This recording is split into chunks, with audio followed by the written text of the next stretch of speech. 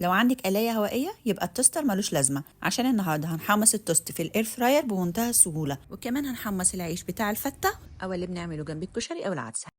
انا حطيت 2 بس، لكن القلاية تاخد 4 جنب بعض. هظبط 4 دقايق على درجة حرارة 200. التوست بقى محمص جدا واخد لون.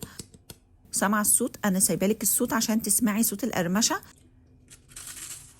لو بتحبي تحمصي التوست اكتر من كده زودي الوقت دقيقة او 2 بالكتير، بس انا بالنسبة لي اللون ده والتحميصة دي كافية جدا.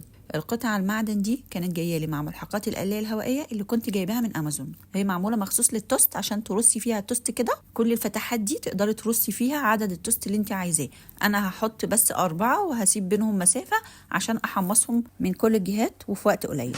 ظبطت برضو 4 دقايق على درجة حرارة 200، ودي النتيجة. برضو تحمص حلو جدا، وتقدري تحطي عدد توست اكتر في المرة الواحدة. ولو عايزة تحمصي التوست اكتر زودي دقيقة او 2 بالكتير. ودلوقتي هنحمص عيش الفتة او العيش اللي بنعمله جنب الكشري او العدس. قطعت العيش بالمقص وهحط عليه رشة ملح، رشة فلفل، رشة توم باودر، رشة بابريكا. حطي التوابل اللي انت بتحبيها ومتعودة عليها، وحطيت عليه رشتين زيت عشان طعمه يبقى قريب للي كنا بنحمره في الزيت، لكن انت ممكن تحمريه بدون زيت خالص لو انت حابة كده. وظبطت الوقت 5 دقايق على درجة حرارة 200، وتفتحي عليه في نص الوقت تقلبيه. هو كده كده كل العيش هيتحمص، لكن انا بقلبه عشان كله ياخد نفس اللون. شايفه النتيجه طلعت حلوه قوي.